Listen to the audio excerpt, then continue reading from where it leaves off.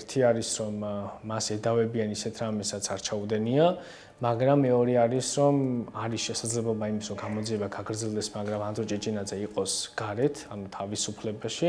თუმცა უკანონოდ არის ეს დატყვევებული, რაც ნიშნავს იმას, რომ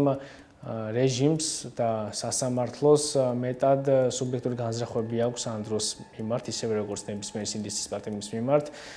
ვიდრე ეს უბრალოდ თავისუფლების აღკვეთა არის რაღაცა პრევენციული ზომით. ანდრო ჭეჭინაძე, როგორც ერთ-ერთი რიგითი მოქალაქე, დაკავებულია იმიტომ, რომ მას არ შეუძლია უბრალოდ იცხოვროს ისეთ ქვეყანაში, როგორ ქვეყანასაც ჩვენ სამწუხაროდ ხელისუფლება გვიმზადებს. ეს